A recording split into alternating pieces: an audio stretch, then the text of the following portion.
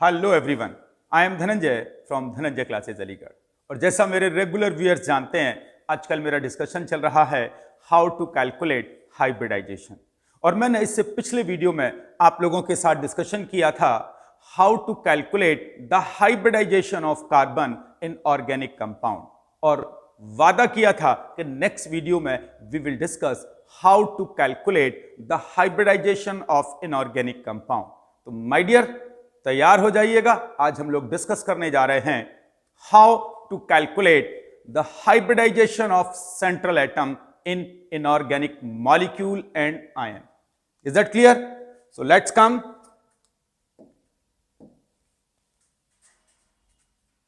सबसे पहले heading,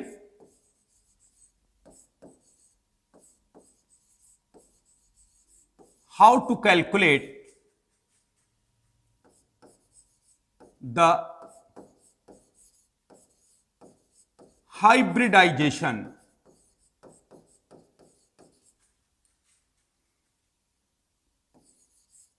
of central atom in inorganic compound। तो उम्मीद है मेरे सारे व्यूअर्स को हेडिंग क्लियर हो गई होगी।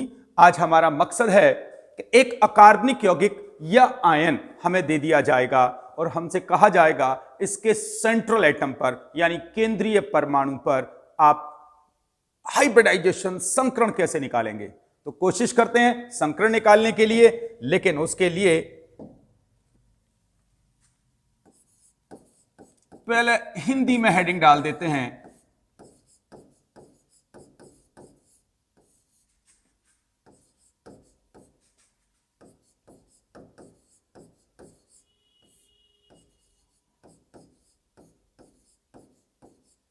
उम्मीद है हेडिंग एकदम क्लियर हो गई हो आप सबके लिए, और यदि नहीं हुई है तो फिर समझ लीजिए एक अकार्बनिक यौगिक या आयन हमें दिया जाएगा और हमें उसके सेंट्रल एटम यानी केंद्रीय परमाणु पर हाइब्रिडाइजेशन निकालना है। उसके लिए हमें दो चीजों को विशेष ख्याल रखना पड़ेगा। कौन कौन से हैं?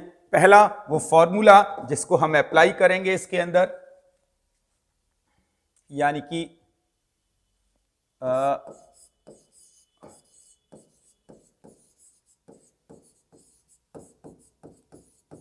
हाइब्रिडाइजेशन निकालने के लिए जो हम फॉर्मूला यूज करने जा रहे हैं माय डियर, जिसे हम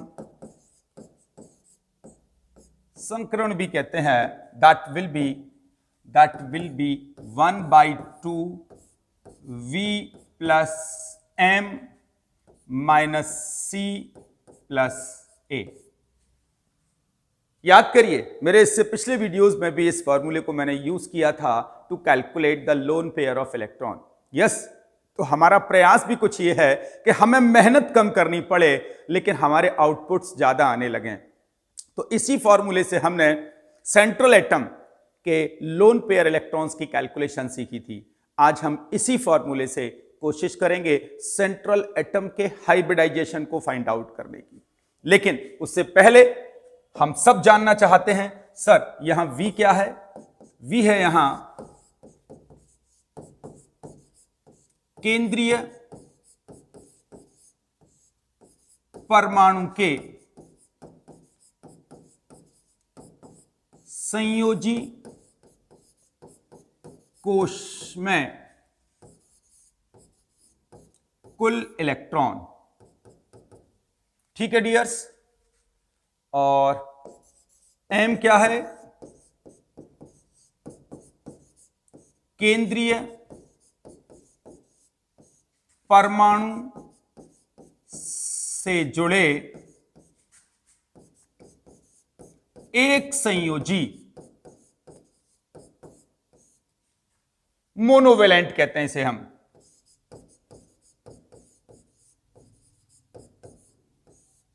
परमाणुओं की संख्या है। सर C क्या है यहां?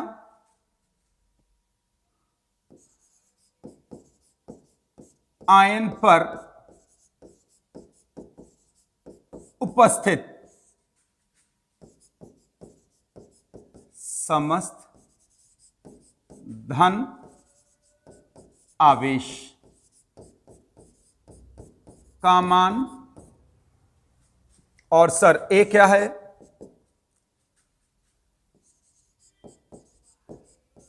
आयन पर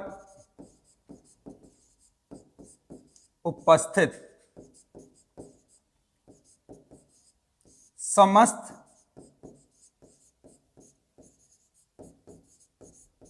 ऋण आवेश का मान। उम्मीद है आप इस फॉर्मूले में यूज हुए वी, एम, सी और ए को बहुत अच्छे से जानते हैं। धनायन, जो मेरे इंग्लिश व्यूअर्स हैं, धनायन का मतलब होता है कैटायन और ऋणायन का मतलब होता है एनायन। ठीक है माय डियर्स, ये फॉर्मूला यूज हो गया है और अब इसके साथ साथ हमें एक और बात बहुत अच्छे से समझनी होगी और उम्मीद करता हूं वो आप सब लोगों को याद भी होगी। कौन सी बात? यदि आप लोगों ने from the first chapter of 11th class पढ़ा होगा एटॉमिक स्ट्रक्चर, तो आपने जाना होगा कि हमारे एस सब शेल के अंदर केवल एक ही ऑर्बिटल होता है, केवल एक। पी सब शेल में 3 ऑर्बिटल्स होते हैं, p x, p y, p z, और डी में 5 ऑर्बिटल्स होते हैं एंड रेस्पेक्टली एफ में 14।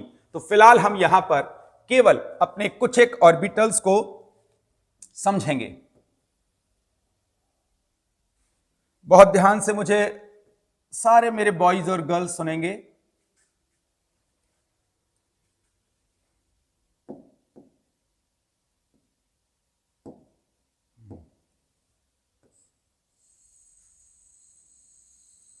इसका इस्तेमाल कर लेते हैं, जल्दी से अपनी बात को आपको क्लियर कर पाऊंगा।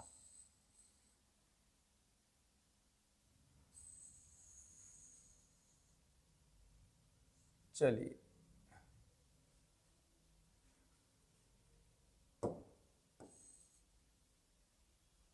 केवल सुनने पर ध्यान, समझने पर ध्यान देगा मेरा हर एक स्टूडेंट। क्या बात कर रहे हैं और क्यों कर रहे हैं, अभी आपको इन सब चीजों को हाईलाइट करूंगा।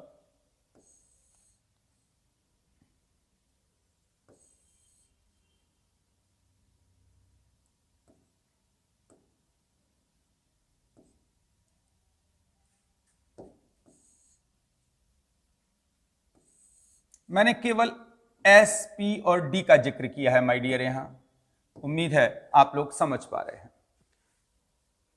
इनकी नंबरिंग कर देता हूं। वैसे तो आप लोग जानते हैं ये हमारा एस ऑर्बिटल है, ये पी है, ये डी है। इनकी यूज हम करेंगे हाइब्रिडाइजेशन के अंदर। इनके नंबर्स लिख देता हूं, 1, 2, 3, 4, 5, 6, 7, 8 एंड 9। उम्मीद है आप लोग सीख पाए। अब मान लीजिए बस हमारा सारा वर्क कंप्लीट हो गया है। अब हम हाइब्रिडाइजेशन निकालने के लिए बिल्कुल तैयार हैं। तो केवल आपको ये 2 चीजें बहुत अच्छे से अपने ब्रेन के अंदर सस्टेन करनी पड़ेंगी, जिससे जब आप हाइब्रिडाइजेशन निकालें तो कहीं भी आपके ब्रेन में हेजिटेशन ना रहे। ठीक है, अपने लिए थोड़ा सा स्पेस बना लेते हैं। पहले इसको सेलेक्ट करके थोड़ा सा स्क्वीज कर देते हैं।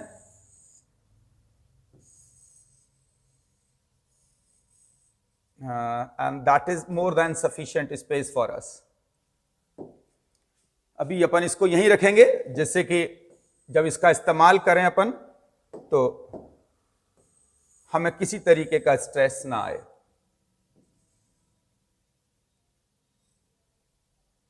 ठीक है फ्रेंड्स, अब कुछ एक एग्जाम्पल्स लेके बात करेंगे हम किस प्रकार से इस फॉर्मूले को और इनको यूज करेंगे।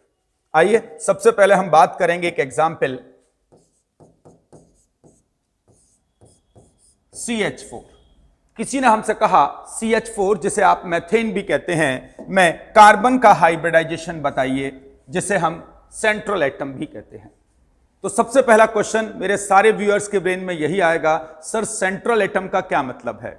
देखिए, सेंट्रल एटम का मतलब होता है केंद्रीय परमाणु। एक ऐसा परमाणु जो खुद संख्या में अणु के अंदर कम होगा और सारे एटम्स उसके अराउंड होंगे। यानी कि एक ऐसा परमाणु जो खुद सेंटर में रहेगा और अन्य जितने भी एटम्स हैं वो सब उसको सराउंड होंगे और उसके साथ बॉन्ड फॉर्म किए होंगे।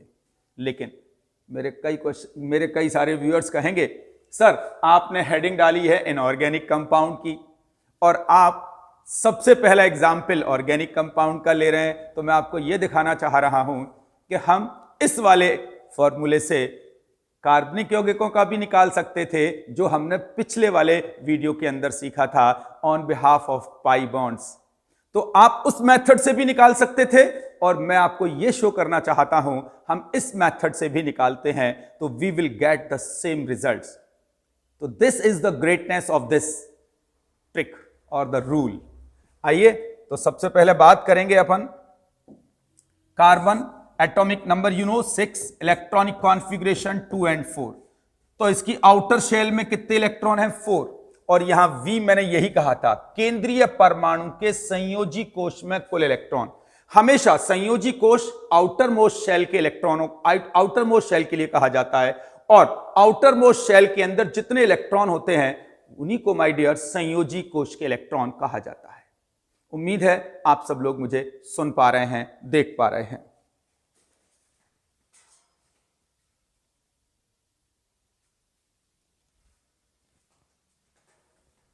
ठीक है फ्रेंड्स, तो आइए आगे बढ़ जाते हैं जल्दी से। अब वैल्यू पुट करेंगे इन सबको हम 1/2 the value of V is equal, ये V हो गई 4 plus M। The question is that sir what is M?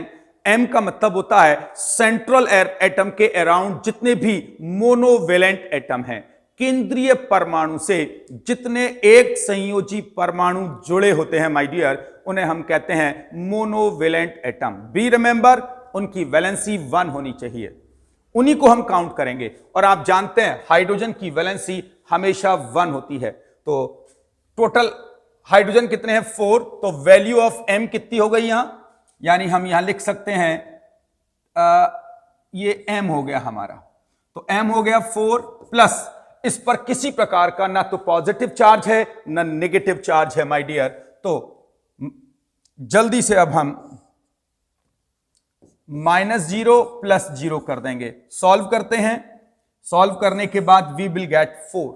तो result after the calculation of this formula is 4। अब हमें क्या करना है? इसमें 4 तक काउंट करना है। 4 तक कैसे? 1 2 3 4, यानी 4 ऑर्बिटल्स यूज होंगे। और 4 ऑर्बिटल यूज होने में क्या क्या लगा है माय डियर? गौर से देखिएगा, 4 ऑर्बिटल जो यूज हुए हैं उसमें एक S लगा है और 3 P, यानी इसका हाइब्रिडाइजेशन हो गया sp3। फिर सुनिए, 4 ऑर्बिटल्स काउंट करने हमें इस मेथड से। तो 4 ऑर्बिटल काउंट किया तो 1s और 3p, क्योंकि 1 2 3 4 ऑर्बिटल्स यूज हुए। Got it my point? चलिए अब आगे चलता हूं, एक और एग्जाम्पल आपके लिए लेता हूं। शायद अब की बार एक इनऑर्गेनिक एग्जाम्पल ले लेते हैं जिससे हेडिंग को जस्टिफाई किया जा सके। अब इसमें हमें किसका निकालना है? ऑब्वियसली अब हमें इसमें फास्फोरस का निकालना है माय डियर, फास्फोरस का, क्योंकि फास्फोरस ही इसमें सेंट्रल एटम है, केंद्रीय परमाणु है। क्योंकि फास्फोरस का जब आप लुईस स्ट्रक्चर डिजाइन करेंगे, फास्फोरस मतलब PCl5 के लिए कह रहा हूं, जब आप फास्फोरस का आप लुईस स्ट्रक्चर के अकॉर्डिंग डिजाइन करेंगे तो प्लेसमेंट बिल्कुल सेंटर में होगा और 5 क्लोरीन इसके अराउंड होंगे। Is that clear my dear? तो यहां फास्फोरस क्या हो गया हमारा? Central atom. तो सबसे पहले सेंट्रल एटम के लिए हम क्या करेंगे? Phosphorus 15, electronic configuration 2 8 and 5। I hope so मेरी बात क्लियर है। तो अब इसके आउटर मोस्ट शेल के अंदर कितने इलेक्ट्रॉन हैं? 5। यही हमारा माय डियर हमेशा V होता है। V क्या होता है? केंद्रीय परमाणु के संयोजी कोश में कुल इलेक्ट्रॉन। तो now apply the formula 1/2 V stand for 5 plus M। M का मतलब केंद्रीय परमाणु से जुड़े मोनोवेलेंट, बार बार प्रेशर दे रहा हूं आपको, मोनोवेलेंट का मतलब होता है एक संयोजी परमाणु। और एक संयोजी परमाणु सारे हेलोजन, चाहे वो क्लोरीन हो, ब्रोमीन हो, आयोडीन हो, फ्लोरीन हो, नॉर्मल स्टेट में वो लोग मोनोवेलेंट होते हैं। एक संयोजी होते हैं। तो यहां पर क्लोरीन कुल है 5, +5 करिए, -0 + 0। अब आप कहेंगे सर -0 + 0 क्यों लिख रहे हो? क्योंकि ये एक मॉलिक्यूल है, ये आयन नहीं है। आयन होता तो निश्चित रूप से इस पर पॉजिटिव या नेगेटिव चार्ज मेंशन होता, लेकिन here we are not finding any kind of charge on it, that's why it is a molecule. और मॉलिक्यूल के केस में ऑलवेज C और A की वैल्यू 0 होगी, क्योंकि C का मतलब है चार्ज, पॉजिटिव चार्ज की वैल्यू, और A का मतलब है नेगेटिव चार्ज की वैल्यू। और क्योंकि इस पर ना पॉजिटिव चार्ज है ना नेगेटिव चार्ज है, इसीलिए इन दोनों की वैल्यू 0 लिखी हमने। बराबर सॉल्व करते हैं, वी विल गेट 5। अब यहां 5 हमें ऑर्बिटल्स काउंट करने हैं इसके अकॉर्डिंग। तो 1 2 3 4 एंड 5 ऑर्बिटल के अंदर क्या क्या आ गया है माय डियर्स? 5 ऑर्बिटल्स में आने वाले हैं 1s 3p एंड 1d। उम्मीद करता हूं मेरी बात क्लियर हो गई आपको, कैसे हमने इसका हाइब्रिडाइजेशन निकालना है। क्लियर है? आइए फिर कुछ और एग्जाम्पल्स लेता हूं आपके लिए, जिससे आपको ये आर्टिकल एकदम स्मूथ हो जाए। कुछ और एग्जाम्पल्स के साथ आ रहे हैं। XeO3 जीनॉन ट्राइऑक्साइड के रूप में से आप जानते हैं। And someone is asking what will be the hybridisation of xenon in xenon trioxide. Again I will say it is an inorganic compound because there is no carbon atom, and it is a central atom molecule because in the structure of xenon trioxide you will find that xenon is placed in the center while 3 oxygens are around the xenon. That's why again I will say it is a central atom molecule. Is that clear my dear? तो come with me. यदि हम xenon की बात करते हैं तो xenon क्या है? एक इनर्ट गैस है, और इनर्ट गैस में हीलियम को छोड़ दें, सभी के आउटर मोस्ट शेल के अंदर 8 आते हैं। आइए तो जल्दी से, जो लोग ऐसे हैं जो अभी भी कंफ्यूज हैं, तो मैं xenon को लिख लेता हूं 2 8 18 18 एंड 8। आउटर में you can see again it has 8 electrons. तो सेंट्रल एटम के लिए जब हम आउटर मोस्ट शेल, जिसे हम वैलेंसी शेल भी कहते हैं, में इलेक्ट्रॉन की सर्च करेंगे तो यहां 8 इलेक्ट्रॉन क्लियर विजिबल हैं। तो आइए फॉर्मूले अप्लाई करेंगे अपन अब, और फॉर्मूला हो गया हमारा 1/2 V plus m minus c plus a के according. What we will get the result? V की वैल्यू हो गई 8 plus value of m is 0 here. Value of m is 0 क्यों? क्योंकि oxygen is a divalent atom, एक द्विसंयोजी परमाणु है, जबकि फॉर्मूला कहता है m केंद्रीय परमाणु से जुड़े एक संयोजी परमाणु होने चाहिए थे, जबकि xenon के साथ जितने भी एटम जुड़े हैं वो ऑक्सीजन है, और ऑक्सीजन हमेशा डाइवेलेंट होता है। डाइवेलेंट क्यों होता है? क्योंकि ऑक्सीजन का एटॉमिक नंबर माय डियर 8 है, और इलेक्ट्रॉनिक कॉन्फ़िगरेशन करेंगे 2 एंड 6। तो ऑक्सीजन की आउटर मोस्ट में 6 इलेक्ट्रॉन है, that's why it is needed 2 electron to complete its octet. और कोई भी एटम जितने इलेक्ट्रॉन्स की नीड रखता है, शेयरिंग करता है, डोनेट करता है, एक्सेप्ट करता है, वही इलेक्ट्रॉन्स के नंबर उसकी वैलेंसी को डिफाइन करते हैं। तो ऑक्सीजन की आउटर में 6 हैं, ऑक्टेट कंप्लीट करने के लिए it is needed 2, that's why oxygen is a divalent. अब हम बात करें xenon के पास ऑक्सीजन के अलावा तो कुछ है ही नहीं, अर्थात जो एक संयोजी परमाणु है यहां पर, उनकी संख्या कितनी हो गई माय डियर? 0। जानबूझकर कलर को बदल रहा हूं जिससे आप लोग बिल्कुल समझ लें कि आखिर m की वैल्यू 0 क्यों आई है। तो m की वैल्यू 0 माय डियर इसीलिए आई है क्योंकि यहां पर xenon के साथ एक भी एक संयोजी परमाणु जुड़ा हुआ नहीं है। जल्दी से इसे सॉल्व करते हैं, वी विल गेट 4, यानी कि अब आप 4 काउंट कर लीजिए इसमें, 1 2 3 एंड 4, यानी कि इसका हाइब्रिडाइजेशन निकलेगा sp3। मेरी बात क्लियर है? कलर को थोड़ा सा अलग कर देता हूं जिससे आप लोग और जल्दी मेरी बात को समझ लें। 4 ऑर्बिटल काउंट करने हमें 4, तो 4 करेंगे 1s और 3p, 4 यहां तक आ जाएंगे। इस प्रकार xenon ट्राइऑक्साइड के अंदर xenon का हाइब्रिडाइजेशन sp3 कंफर्म हो जाता है माय डियर। आगे चलते हैं, थोड़ा सा कोई एक और मॉलिक्यूल लेकर बात करते हैं, क्या हम अपनी बात को और अच्छे से समझ पाएंगे। अब की बात लेते हैं हम ज़ीनॉन ऑक्सी डाइफ्लोराइड या टेट्राफ्लोराइड ले लेते हैं। ज़ीनॉन ऑक्सी टेट्राफ्लोराइड, आप सब लोग जानते होंगे इसे, आप लोगों ने पढ़ा होगा, इन इनर्ट गैसेस के कंपाउंड्स के अंदर आता है ज़ीनॉन ऑक्सी ट्राइफ्लोराइड और टेट्राफ्लोराइड। और someone is asking what will be the hybridisation of Xe in the molecule of XeO4। तो ज़ीनॉन ऑक्सी टेट्राफ्लोराइड में ज़ीनॉन का हम किस प्रकार हाइब्रिडाइजेशन निकालेंगे। Again xenon will be the central atom of this molecule, इस अणु का केंद्रीय परमाणु ज़ीनॉन ही होगा और ज़ीनॉन की आउटर मोस्ट में 8 इलेक्ट्रॉन होते हैं। So just we will apply the formula 1/2 V plus M minus C plus A. Is that clear, my dear? And the value of V will be 8 plus M. M का मतलब होता है central atom से attached monovalent atoms के number, और central atom से जो oxygen जोड़ा है दैट इज डाइवेलेंट। अभी मैंने आपको यह बात क्लियर की है। और फ्लोरीन हैलोजन है और सभी हैलोजन हमेशा मोनोवेलेंट होते हैं। आप यूं भी चेक कर सकते हैं, फ्लोरीन का एटॉमिक नंबर 9 और इलेक्ट्रॉनिक कॉन्फ़िगरेशन करेंगे तो 2 and 7, आउटर में 7 है और 8 करने के लिए सिर्फ 1 इलेक्ट्रॉन की नीड है। That's why fluorine is a monovalent atom. और ये फ्लोरीन कुल कितने अटैच्ड हैं इसके साथ? 4 फ्लोरीन अटैच्ड हैं, यानी here the value of M बराबर होगी 4 minus 0 plus 0। Got my point? जल्दी से सॉल्व कर दीजिए इसे। अब तो बराबर हो गया 6। अब हमें 6 ऑर्बिटल्स काउंट करने हैं, 1 2 3 4 5 and 6, और 6 ऑर्बिटल में 1s 3p और 2d आ गए। तो माय डियर इसका हाइब्रिडाइजेशन sp3d2 होगा। उम्मीद है अब आपको समझ में आने लगा होगा how to calculate the hybridisation of central atom in inorganic compounds.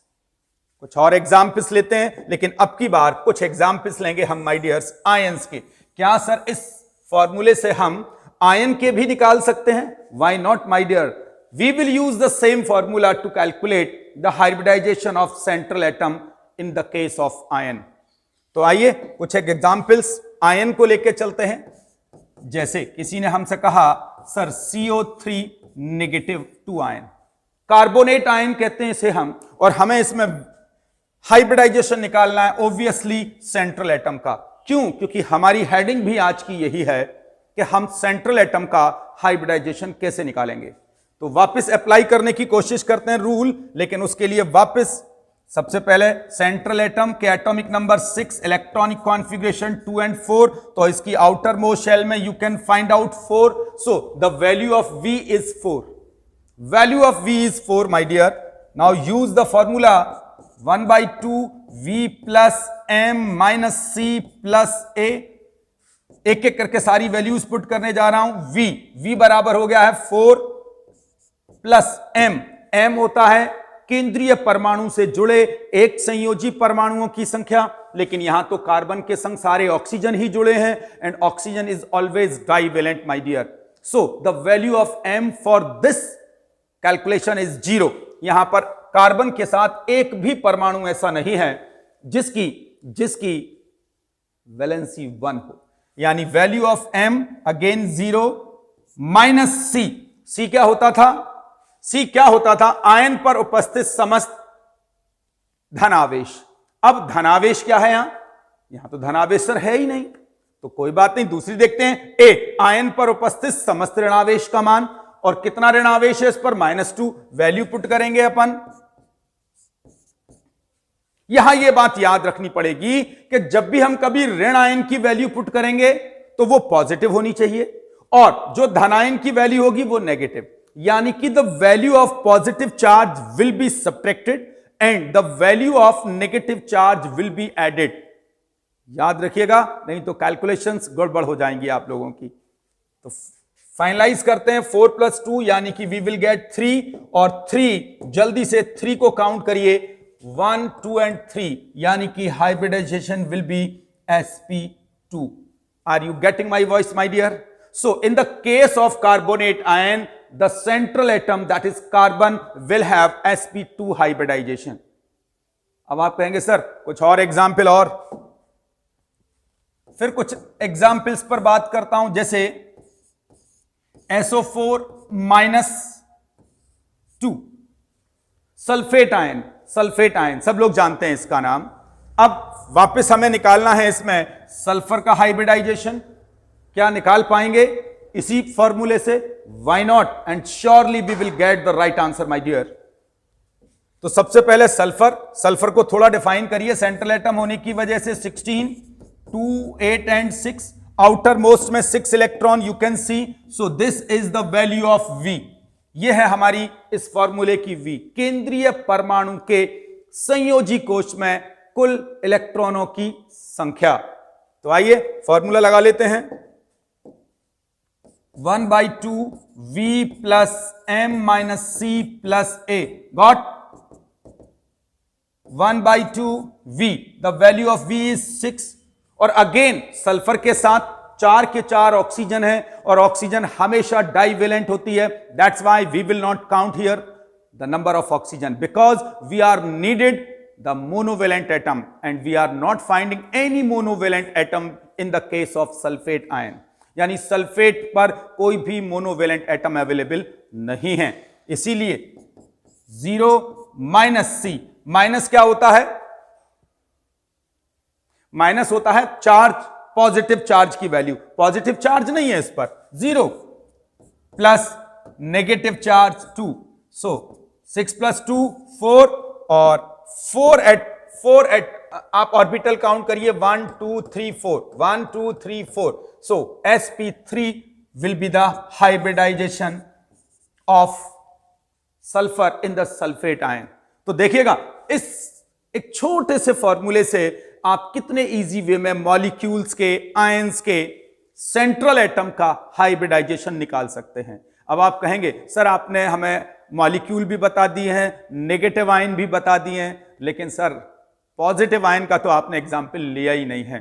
तो सर फिर ये पॉजिटिव आयन हमारे लिए रह जाएंगे. तो आइए, मैं जानता हूं आप पॉजिटिव आयन का वेट कर रहे हैं, तो एक पॉजिटिव आयन का भी ले लेते हैं जिससे इस आर्टिकल को फाइनलाइज कर सकें हम. Example, we are going to take NH4 positive, जैसे आप अमोनियम आयन भी कहते हैं, ammonium ion. Is that clear? So we have to calculate the hybridization of nitrogen because nitrogen is central atom in the case of ammonium ion. तो अब कैसे निकालेंगे अपन इसका? तो सबसे पहले नाइट्रोजन का atomic number you have to prepare 2 and 5. So outer shell consist 5 electron, so the value of V is 5 here. Formula apply करेंगे जल्दी से मेरे साथ. 1/2 V + M - C + A. The same formula I am going to use here. The value of V is 5 plus M.